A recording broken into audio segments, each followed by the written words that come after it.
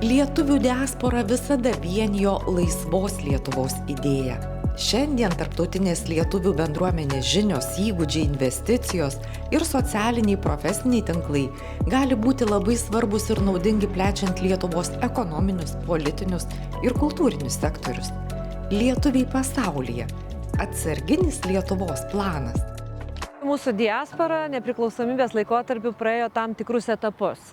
Tai buvo ta išeivyje ekonominiai emigrantai, kurie paliko Lietuvą dėl ekonominių priežasčių, dėl krizių, kurios užklupo ne tik Lietuvą, bet ir visą pasaulį. Ir dėl to ta nuostata apie mūsų emigrantus susiklošiusi kaltinimo nuostata, kad jūs palikote šitą valstybę, ko jums čia reikia, ko jums iš jos reikia, kodėl mes turime remti lituanistinės mokyklas ir panašiai. Bet prasidėjus karui Ukrainoje, plataus masto karui 22 metais, būtent mūsų diaspora, JAV lietuviai, Jungtinės karalystės lietuviai, Vokietijos lietuviai, Europos lietuviai, telkėsi ir rinko humanitarinę pagalbą Ukrainai. Kodėl humanitarinė? Dėl to, kad bendruomenės negali karinės pagalbos rinkti, bet humanitarinė tai yra automobiliai, ir miegmaišiai, ir vaistai, ir viską, ko reikia ar vaikų namams, ar ligoninėms, ar gyvūnų prieglaudoms. Viską, ko reikia bendraujant su ukrainiečiais pačiais, rinko. Ir ta pagalba buvo nei maža, nei didelė, apie 15 milijonų. Tai pinigais, ar ne, doleriais šiuo atveju. Tai iš tikrųjų matome, kad mūsų žmonės, kurie išėję iš Lietuvos, gyvena ne Lietuvoje, ar tai būtų ekonominiai, tai vadinami emigrantai, ar tai būtų dipukų kartos palikuonis, ar tai būtų tie vadinami taribukai, kurie tarybiniais metais išvyko iš Lietuvos įvairiais keliais, jie susitelkė tuomet, kai Lietuvai, šiuo atveju Ukrainai, bet kartu ir Lietuvai, virš mūsų pakimba didžiulė grėsmė. Lietuvių diaspora inicijavus Daliją Asanavičiūtei kartu su Nacionalinio saugumo ir gynybos komitetu Seimo patvirtintoje pilietinio pasipriešinimo strategijoje svarbi gynybos dedamoji dėl daugelio priežasčių. Ne tik kalbant apie egzilį, jeigu reikėtų trauktis, ar ne, vyriausybei, sakysim, tokių kraštutinių atvejų, bet ir kalbant apie pagalbą valstybei, apie tai, kaip turėtų elgtis su tais, kurie išvyks vis dėlto moteris, vaikai, senukai, kaip turėtų padėti finansais ir kaip turėtų grįžti čia į Lietuvą ir ginti fiziškai su ginklu, ne ginklu, medicina, logistika, IT, bet kas. Ir įtraukus į nacionalinio pasipriešinimo strategiją atsirado poreikis pasaulio lietuvių bendruomeniai ir sudaryti planą kartu su Krašto apsaugos ministerija, kartu su Seimu, sudarytas planas, ką turėtų daryti žmonės gyvenantis užsienyje, bendruomenės, bendradarbiaujant su ambasadom, bendradarbiaujant organizacijom ir panašiai. Ir mes turėjom kartu pristatymą kartu su pasaulio bendruomenės atstovais ir išiškėjo dar keli momentai, kad bendro plano neužtenka. Ką turėtų daryti bendrai mūsų išeivyje, nes čia kartu ir archyvų, meno vertybių išsaugojimas taip pat svarbu, bet išiškėjo, kad mūsų bendruomenė kiekvienoje valstybėje yra skirtinga. Yra labai didelės bendruomenės kaip JAV, kaip Jungtinėje karalystėje, Vokietijoje Vasario 16 gimnazija, ar ne? Bet yra labai nedidelės bendruomenės, kurios telkia, dažniausiai mišrių šeimų mamas, ar ne? Moteris, kurios išvažiuoja ištekėję kaip Italijoje, pavyzdžiui, nedidelės bendruomenės kaip Estijoje. Tai dėl to atsižvelgiant į bendruomenių dydį, į bendruomenių pajėgumus, bendradarbiavimas su ambasadomis, rasti kiekvienai valstybei savo tą centrą, koordinavimo centrą, kaip būtų koordinuojami veiksmai tarp bendruomenių organizacijų, nes yra ne tik pasaulio lietuvių bendruomenės, su kraštų bendruomenės, yra jaunimas sąjungos, yra profesionalų klubai, yra lituanistinės mokyklos, meno kolektyvai, ateitininkai, skautai, grybautojų klubai, sportininkai. Tikrai begalė interesų grupių sujungti organizmai. Ir kaip tai turėtų veikti, nes svarbiausia, ko turi nenutikti chaoso. Tai yra žmonės, kurie gyvena tiek Lietuvoje, tiek užsienį, institucijos tiek Lietuvoje, tiek užsienį, jie turi žinoti, ką, nedaug dievė, nutiks diena X, kiekviena organizmas turi daryti. Kad nebūtų chaoso, kad būtų pasiruošę priimti mūsų silpnuosius, sakysim taip, arba tie, dėl kurių buvimo čia kiltų didesnė grėsmė jiems ir jų šeimos nariams, bet kartu ir suprantant, kad kaip veikti, kaip finansuoti, kaip grįžti. Buvusi Pasaulio lietuvių bendruomenės komisijos pirmininkė atkreipė dėmesį į spėriai besikuriančią šaulių organizacijas užsienyje. Pati naujausioji – Stokholme įsisteigusioji. Reikšmingos veikiančios Jungtinėje karalystėje, Amerikoje, Vokietijoje. Šaulių sąjunga, pritraukianti daug aktyvių žmonių, jau savaime kitoks veikimo būdas ir principas. Bet to, anaiptol negana. Vienas iš pagrindinių tikslų ir mano pačios, ir mūsų bendradarbiavimo su organizacijomis užsienyje, tai yra jaunuolių atvykimas atlikti privalomos pradinės karo tarnybos. Tai yra labai labai svarbu, nes visiems mūsų valstybėje gins žmonės. Aišku, technika, bet ir žmonės.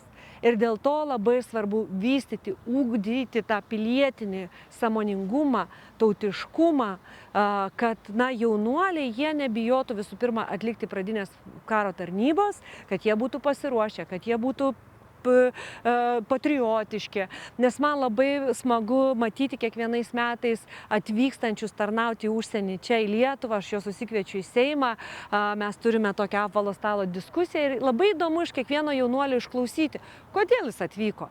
Nes, žinome visokių mitų, gandų, kaip yra neva tai išnaudojami, kaip jiem čia nereikia, nes nuo tų senų laikų, kad yra tie jau engiantieji, engiantieji.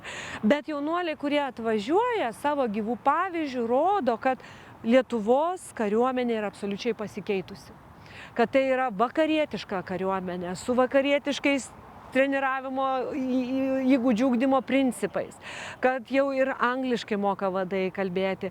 Ir tie jaunuoliai pasikrauna tokio pilietiškumo, kad iš jų dar reikia pasimokyti ir mūsų pačius klausant pakrauna, nes žmonės atvažiuoja, kai kurie apsisprendžia likti Lietuvoje, kai kurie pasirenka profesionalią karinę tarnybą, kai kurie grįžta į užsienį, bet jau žino, kad čia yra jų šaknis, jų tėvų kai kurių šaknis ir čia yra ta valstybė, kurie, jie patys taip sako, aš niekiek neperdedu tų žodžių, kurios jie išreiškia, kad čia yra valstybė, kurią mes norim atvažiuoti ir ginti, jeigu to reikėtų.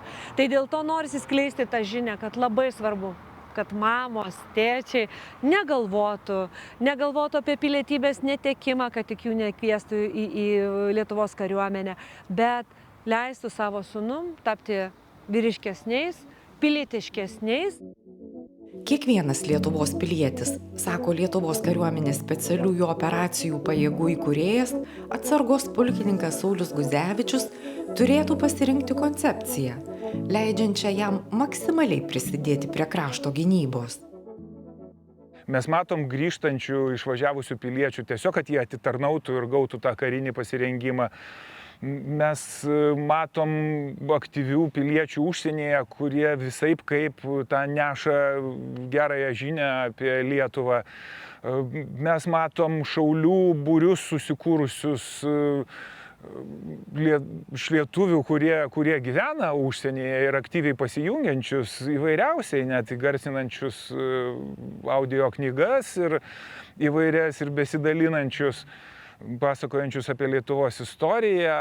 Galų gale dabar daugybę dalykų galima daryti nuotoliniu būdu ir tą patį informacinį karą kovoti Lietuvos pusėje galima esant šiaurės ašigalį su dabartiniam priemonėm. Taigi kiekvienas turėtų tiesiog rūpintis, saugoti savo simbolius, aktualizuoti juos, nešioti juos, kelti savo vėliavas, savo ženklus ir išsakyti savo nuomonę ir rūpintis savo ginkluotosiom pajėgom, nes piliečiam turi rūpėti, kiek kariuomenė gauna biudžeto, bet ne tik kiek jinai gauna, kas yra perkama už tuos pinigus ir ko reikia iš tiesų ir ar tai vyksta, ar tinkama ginkluotė, ar tinkama įranga yra perkama, kaip pas mus su toliašaudėm haubicom reikalai, kaip pas mus su robotika, su dronais ir ne tik FPV, kurie yra labai populiarūs, kaip su tolimosios žvalgybos dronais, kaip su antžeminiais dronais, kurie gali ištampyti minas ir mums nereikia rizikuoti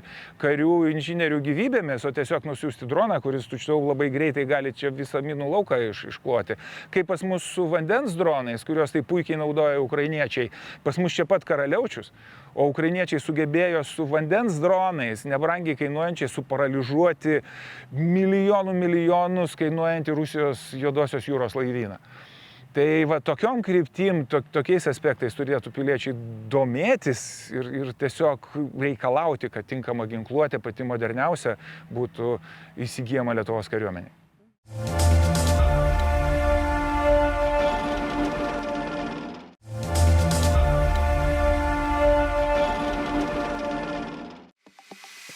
Lietuviai Lietuvoje ar lietuviai pasaulyje? Apskritai Lietuvos piliečiai. Politinė lietuvių tauta, deramai pasirengusi, gebanti įveikti ją iškilusias grėsmes. Toks valstybės siekis. Nes demokratija negalima be pilietinės kiekvieno asmens atsakomybės, o bendras pavojus turi vienyti ir kurti visuomenės tarpusavio pasitikėjimą. Piliečių palaikymas ir suvokimas pareigos savo kariams, savo kariuomeniai yra svarbiausias ir pagrindinis dalykas. Todėl, kad jeigu nėra to palaikymo, jeigu nėra to tilto visuomenė su kariuomenė, tai kariuomenė pasmerta. Jie gali gerai sukovoti, žūti ir jeigu jie palaikymą neturės, jie neišsilaikys ilgai.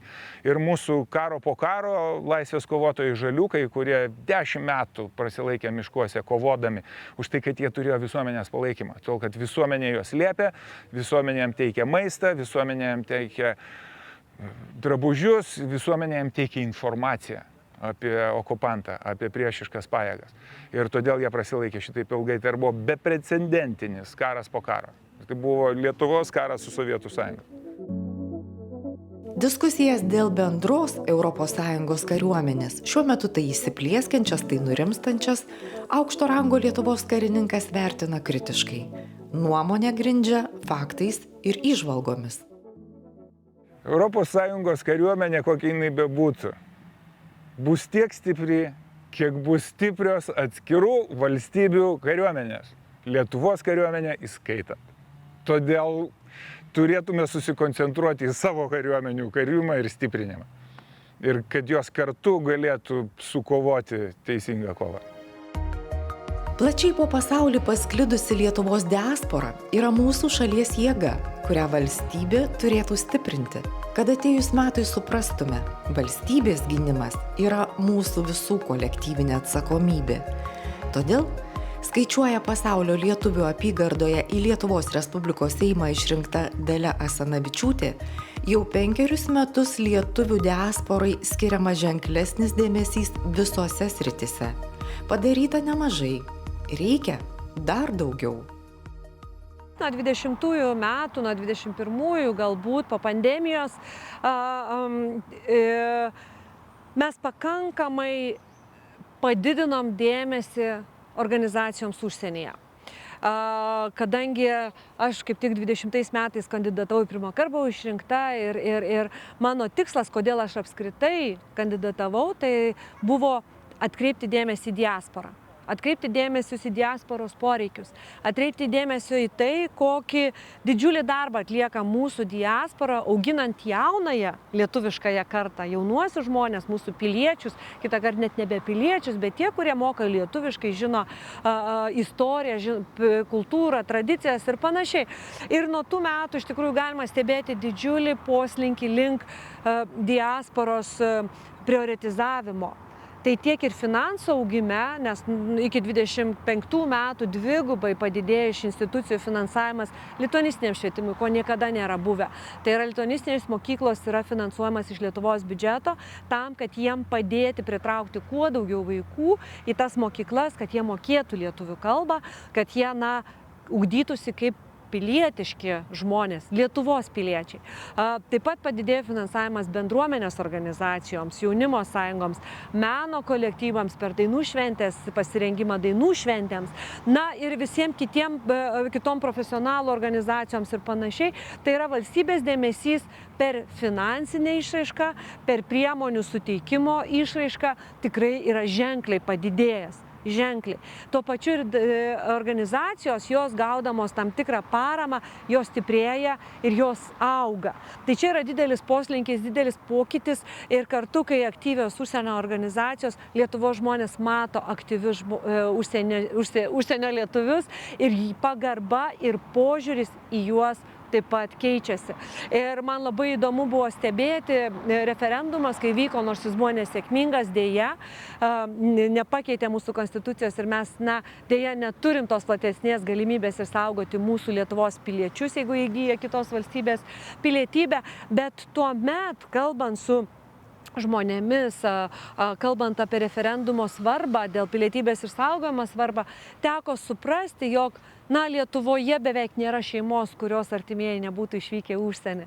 Arba studijuoti, arba dirbti, arba jau kartos gyvena užsienyje, giminės kažkokie tai, artimieji, draugai, bičiuliai. Tai iš to gali suprasti, kad daugelį Lietuvos šeimų liečia emigracija, palietė per visą tas 35 nepriklausomybės metus, dėl to ir požiūris po truputį keičiasi, kai paklausia, o juk tavo sūnus ar dukra mokosi. Taip, dėl to, sako, aš atėjau referendumą ir balsavau už pilietybės išsaugojimą, nes tai man asmeniškai svarbu. Natūralu, kad asmeninės patirtys keičia net labiausiai nusistovėjusius požiūrius. Ir dviguba pilietybė – viena iš priemonių išsaugoti lietuvį Lietuvai, nes situacijų esti pačių įvairiausių. Pavyzdžiui, Jungtinėse valstijose, kai tu turi turėti tą žalią kortą vadinamą, leidimą gyventi, taip pat ir dirbti tam tikrose srityse, tu negali neturėdamas pilietybės, ta pati Jungtinė karalystė, kuri išstojo iš ES. Taigi apsunkinimai gaunant tam tikrą, kuriant savo profesinę aplinką, žmonės kartais pastato į labai nepatogią pasirinkimo kryžkelę, nes jie turi pasirinkti. Arba jie turės sustoti, arba turės atsisakyti Lietuvos pilietybės. Tai to vedini, to motyvuojami ir surengėme antrąjį referendumą, kuriame pritrūko tikrai labai mažai. Apie 90 000 balsų pritrūko, kad mūsų piliečiai galėtų turėti ir Lietuvos, ir kitos valstybės pilietybę. Bet dabar, nepaisant to, tikrai ruošiam ir aš labai viliuosi supratimo ir visų Seimo narių, ar tai pozicijos ar opozicijos, kad mūsų išsaugojimas piliečių per kažkokius techninius niuansus, per apsunkinimą pilietybės netekimo procedūrų arba galų gale dėl pilietybės netekimo moratoriumo sustabdyti kažkuriam laikotarpiu pilietybių netekimo procedūras, tai yra svarbu ne man, nes aš atstovauju, aš gyvenau Jungtinėje karalystėje, mano vaikai vis dar gyvena Jungtinėje karalystėje, ne dėl to, kad man tai svarbu kaip asmeniu, bet tai svarbu kaip valstybei, kaip kiekvienam iš mūsų. Nes užsienį gyvena virš 1 milijono lietuvių kilmės asmenų. Vien suaugusių turinčių teisę balsuoti yra apie 400 000, neskaitant vaikų. Tai mes matome, tų Lietuvos piliečių turiu minty, kurie turi Lietuvos pilietybę vis dar išsaugo, kiek jau nebeturi Lietuvos pilietybių, o mes galėtumėm turėti kaip Izraelis, kaip Airija, kurie didžiausios diasporinės tautos. Airių rasite didžiausią diasporą toje pačioje Jungtinėse valstybėse. Bidenas buvęs prezidentas ar ne, airių kilmės. Ir matome, kad ta kilmė, netgi jeigu jau tu pats nesigimęs toje šaly, bet to kilmė, tavo kilmė, jinai tave padaro lojaliu tai valstybei. Tai Jungtinėse valstybėse, ypač dabartiniai situacijai, mums reikalingi Lietuvai lojalūs kongresmenai, senatoriai, politikai, bendruomenė, piliečiai. Tai mes matome, kad prarasdami savo piliečius, mes prarandam savo lobistus, galima sakyti, savo žmonės, kurie toj valstybei gali daryti įtaką Lietuvos labui, kaip mes matėme per okupacijos metus, tai darė mūsų tie dipukų karta. Lietuvos Respublikos Seimo nacionalinio saugumo ir gynybos komiteto pirmininko pavaduotojas Laurynas Kasčiūnas neabejoja. Mūsų išeiviai Anglijoje, Ispanijoje, Norvegijoje, bet kur gali nuveikti labai daug. Grėsmės akivaizdoje būtinos aiškios pilietiško veikimo nuorodos.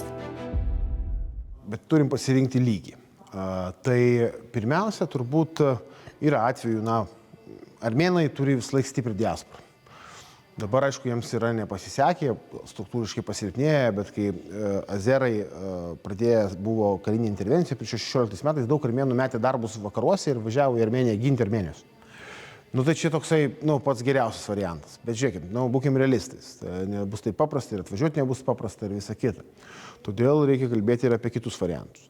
Net ir ten vakaruose, sakykim taip, bus daug su gynyba susijusių iššūkių. Tarkim, tikrai bus paskleisti rusiški naratyvai, kad čia Lietuva ne prieš lietuvius kažkas kariauja, o lietuviai tarp lietuvių kariauja.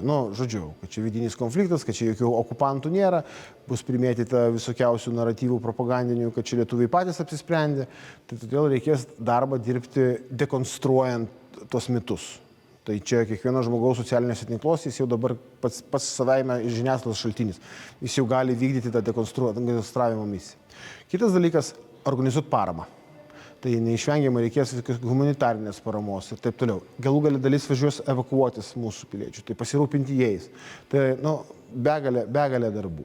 Lobizmas gerąja prasme tų šalių vyriausybėse, kai jie ten gal abejos ar padėti, ar nepadėti, kas čia vyksta, eiti daryti susitikimus, mitingus, protesto akcijas, tai irgi viena iš svarbių dalykų. Tai aš sakyčiau, kad įsidentifikuotas kryptis ir aš tikrai žinau, kad mes turim diasporai dabar pasaulio lietuvių bendruomeniai tokia visai grupė žmonių su Irmos lyderystė iš Müncheno, kurią aš vadinu mūsų diasporos gynybos ministre, kurie pasidėliojo, tos planus yra tomis kryptimis ir jomis veikia, ruošiasi. Valdžios ir piliečių dialogas abipusio pasitikėjimo garantas. Juolab, kad dauguma lietuvių ir Lietuvoje, ir svetur laikosi nuostatos, kad šalies gynyba turi būti svarbiausių politikų klausimų, o atsarginis Lietuvos planas – lietuviai pasaulyje.